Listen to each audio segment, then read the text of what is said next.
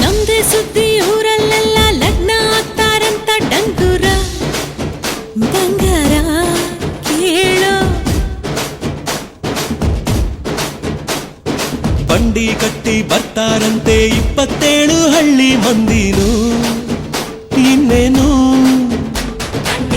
ರೇಷ್ಮೆ ಪೇಟ ಹೋಳಿಗೆ ಊಟ ಮನಸಾ